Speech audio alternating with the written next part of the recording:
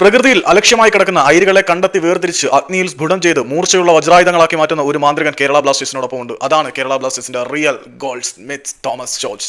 ഈ പോളിഷ് മാന്ത്രികൻ അല്ലെങ്കിൽ ഈ പോളിഷ് സ്മിത്താണ് കേരള ബ്ലാസ്റ്റേഴ്സിലെ മൂർച്ചയുള്ള വജ്രായുധങ്ങളെ പ്രകൃതിയിൽ നിന്നും കണ്ടെത്തി ഇങ്ങനെ അഗ്നിയിൽ സ്ഫുടം ചെയ്തെടുക്കുന്നത്.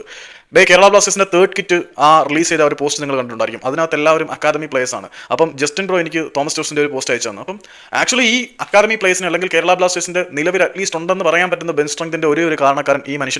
കേരള ബ്ലാസ്റ്റേഴ്സിന്റെ റിസർവ് ടീം കാര്യമായിട്ട് ടൈറ്റിലുകളൊന്നും എടുക്കുന്നില്ല എന്ന് പറഞ്ഞ് നിങ്ങൾക്ക് അയാളെ കളിയാക്കാം, പുച്ഛിക്കാം, പരിഹസിക്കാം. എന്നിരുന്നാൽ പോലും ആ റിസർവ് ടീമിൽ നിന്ന് മെയിൻ ടീമിൽ കളിക്കാൻ ക്വാളിറ്റിയുള്ള എത്രമാത്രം താരങ്ങളെ ഈ പോളിഷ് മാന്ത്രികൻ പ്രൊഡ്യൂസ് ചെയ്തെടുത്തിട്ടുണ്ട് എന്നറിയുമ്പോഴാണ് ഇയാൾ പണിപ്പുരയിൽ ബ്ലാസ്റ്റേഴ്സിന്റെ പണിപ്പുരയിൽ എത്രമാത്രം പണിയെടുക്കുന്നുണ്ട് എന്നറിയാൻ. യഥാർത്ഥത്തിൽ കേരള ബ്ലാസ്റ്റേഴ്സിന്റെ നട്ടലിന് ഉറപ്പ് നൽകിയിരിക്കുന്നത് ഈ മനുഷ്യൻ തന്നെയാണ്.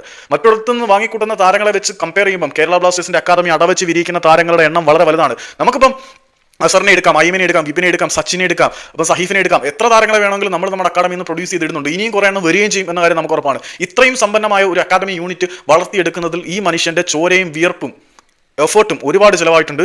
യഥാർത്ഥത്തിൽ കേരള ബ്ലാസ്റ്റേഴ്സിലെ the most unappreciated and underrated legend, this Polish man, this goal smith, this magician Thomas George.